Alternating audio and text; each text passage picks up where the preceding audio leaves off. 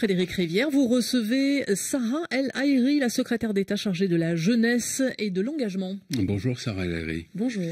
Le Parlement a adopté définitivement cette nuit le projet de loi qui prévoit l'obligation vaccinale pour les soignants et un certain nombre d'autres professions, ainsi que l'extension du pass sanitaire. Un compromis a donc été trouvé entre la majorité présidentielle de l'Assemblée nationale et la droite qui domine le Sénat. La version finale du texte vous paraît-elle satisfaisante et peut-être en particulier pour les jeunes qui sont au cœur de votre mission ? Très sincèrement, oui, moi je me félicite de cet accord. Au-delà des évolutions de mesures, ce qui était absolument important... Ils sont assez nombreux, il faut le dire. Oui, ils sont nombreux et ça veut dire que le travail a été intense. Vous savez, avant de rejoindre le gouvernement il y a un an, aujourd'hui, jour pour jour, j'étais députée. Et j'étais députée, donc je siégeais à l'Assemblée nationale.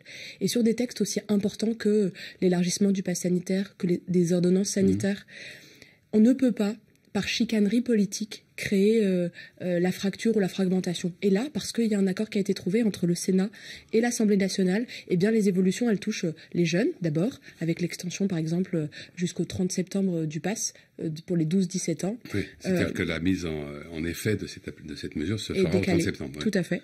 On a également un certain nombre d'évolutions, comme le contrôle du fait de s'isoler quand on a été contaminé positif, en passant par les forces de l'ordre.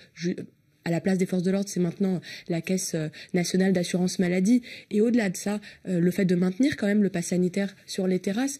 Enfin, moi, ce que je vois, c'est que la représentation nationale, qui représente en réalité peuple français, a trouvé les voies et moyens pour surtout ne pas se tromper d'ennemi. Notre seul et unique ennemi reste le virus. Mais puisque vous avez parlé des terrasses, le Sénat souhaitait, dans les propositions qui avaient été faites, souhaitait limiter le pass sanitaire aux lieux intérieurs confinés, donc il n'aurait pas eu besoin pour accéder aux terrasses. Compte tenu de ce que l'on sait et de ce que l'on nous répète quand même maintenant depuis de très longs mois sur la transmission du virus en extérieur, est-ce que cette mesure n'était pas cohérente ?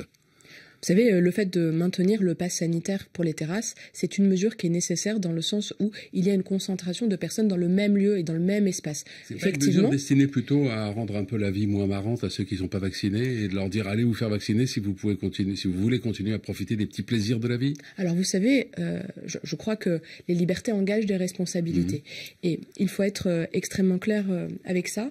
Choisir sa vie, choisir de se faire vacciner ou pas, c'est décider.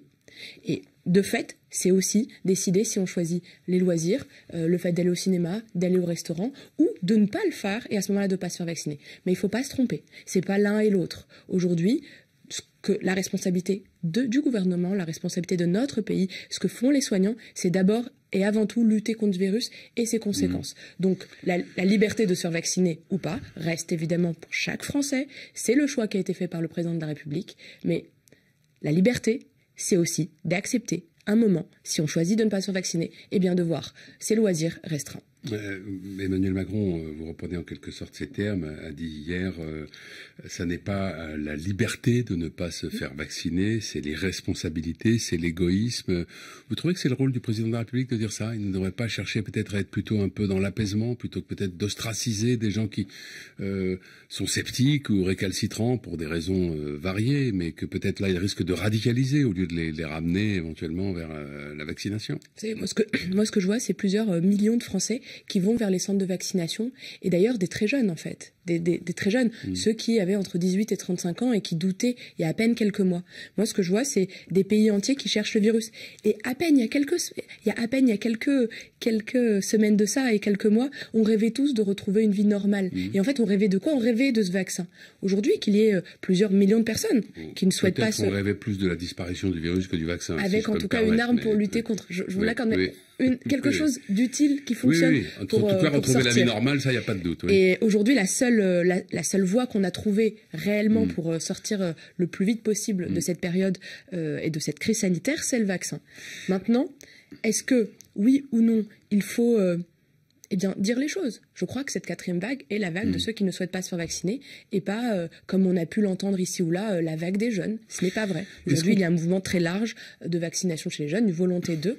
Et ceux qui doutent, moi je le comprends, mais je les appelle à discuter, d'aller dans les centres de vaccination, discuter avec ceux qui se sont fait vacciner, ou plus largement, juste avec les médecins. Est-ce qu'on peut s'interroger sur la cohérence qu'il y a à imposer un pass sanitaire aux jeunes dans leur vie quotidienne, par exemple donc à partir du 1er octobre, octobre, finalement, pour aller boire un verre sur une terrasse, alors qu'il n'y aura pas de passe sanitaire dans les établissements scolaires, où quand même il y a beaucoup de monde et ça brasse. Alors, le pass sanitaire au sein des établissements scolaires n'est pas prévu. Et pour une raison toute simple, c'est que les protocoles que nous avons tenus avec Jean-Michel Blanquer et qui ont évolué étape par étape, ils sont hyper restrictifs en réalité. Il y a très peu de brassage, ni dans les cantines, ni dans les salles de classe. Les salles de classe sont très largement aérées, les élèves restent assis. Donc ce n'est pas des espaces comme les autres.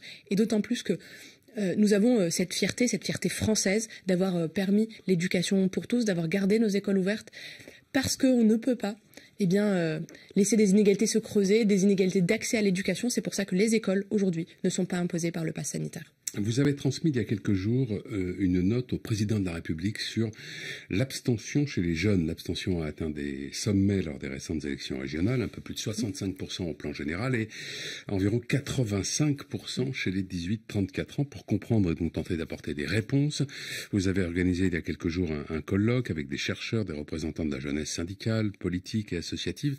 Qu'est-ce qu'il est sorti de ce travail ? Une volonté collective d'un sursaut républicain, d'un sursaut démocratique. Et pour être très concise, mais pour aller droit au but, le fait de se retrouver autour de la table avec plusieurs mouvements politiques, allant des jeunes de la France insoumise jusqu'aux jeunes macroniens, en passant par les démocrates, les centristes et plus largement les socialistes, c'est de se dire que non, l'abstention n'est pas condamnée à la vivre, à la subir année après année. Ce n'est pas une fatalité. Absolument pas. Un, ce n'est pas une fatalité. Deux, les réponses pour lutter contre l'abstention des jeunes doivent être collectives, un peu comme le vote de ce pass sanitaire, c'est général.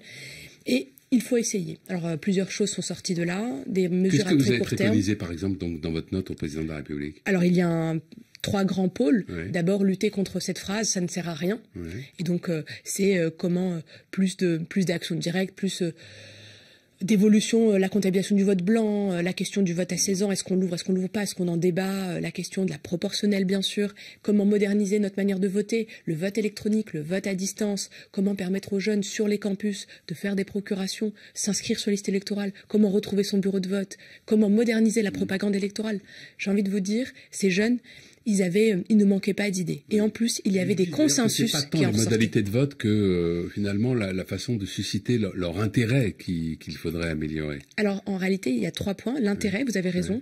Les modalités de vote, c'était le deuxième point. Et le troisième, c'était quand même un parcours de citoyenneté. Et avec Jean-Michel Blanquer, dès le plus jeune âge, en réalité, dès les éco-délégués, la démocratie scolaire, il faut renforcer l'éducation morale et civique, c'est-à-dire l'apprentissage de nos institutions, et c'est ce que nous faisons avec le ministre de l'Éducation nationale. La prise en compte du vote blanc, c'est une très vieille revendication. Vous pourriez, vous, la soutenir ? Moi, je suis, et j'ai depuis longtemps été favorable effectivement à la comptabilisation du vote blanc, parce que je pense qu'il y a une vraie différence entre celui qui se déplace dans un bureau de vote et qui met un bulletin de vote qui signifie qu'il ne se reconnaît en personne. Exactement, qu'il le signifie, et celui qui ne se déplace pas du tout.